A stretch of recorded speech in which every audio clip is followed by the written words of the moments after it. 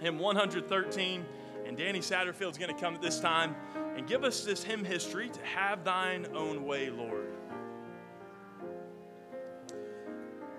The author of this hymn was Adelaide Pollard. And you see her name there. She was born in 1862 in Iowa. And this will tell you the kind of person that Adelaide was. She was born with the name Sarah. But she didn't like Sarah, so she chose the name Adelaide for herself. And she was a very outgoing kind of person. But Adelaide, she became a teacher at several different girls' schools. That was her career. She was a teacher. And as a teacher, she was heavily influenced by many different preachers, including R.A. Torrey.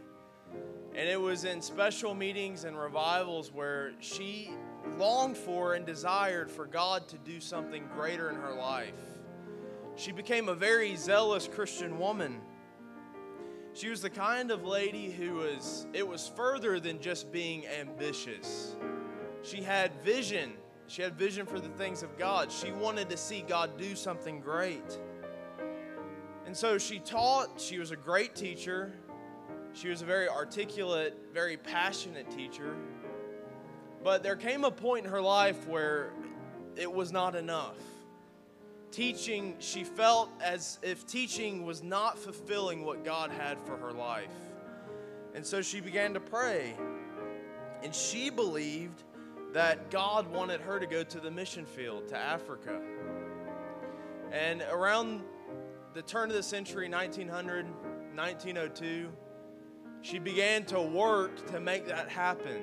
She tried to get together with different mission societies. She tried to raise money. And every plan that she tried to form, it all failed. Every single one of them. Every association she tried to make crumbled, fell apart. All the money she tried to raise, she couldn't do it. And she learned and she figured out she was not going to go to the mission field. And she wrote about this time that it was a time of great distress and sadness. She was broken. She said that she was wounded and she was weary because of this. But one night, Adelaide went to a prayer meeting.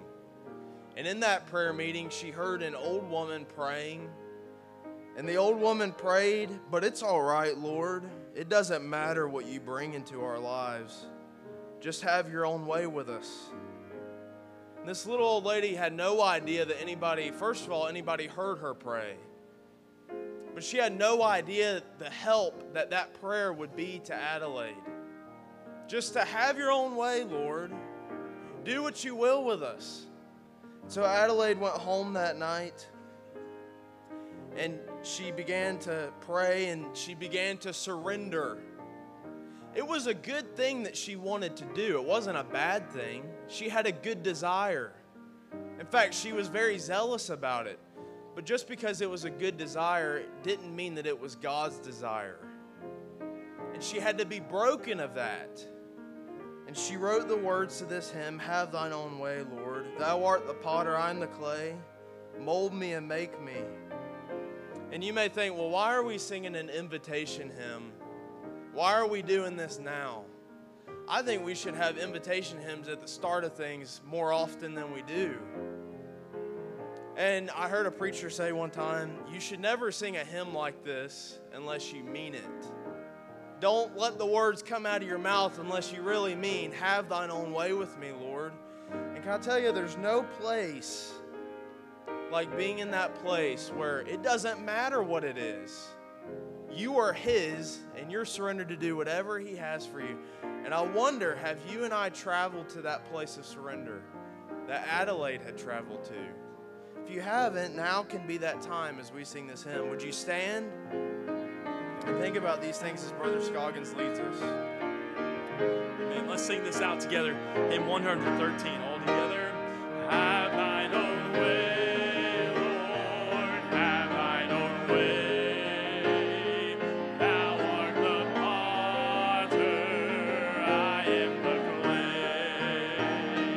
Mold me and make me after thy will, while I am waiting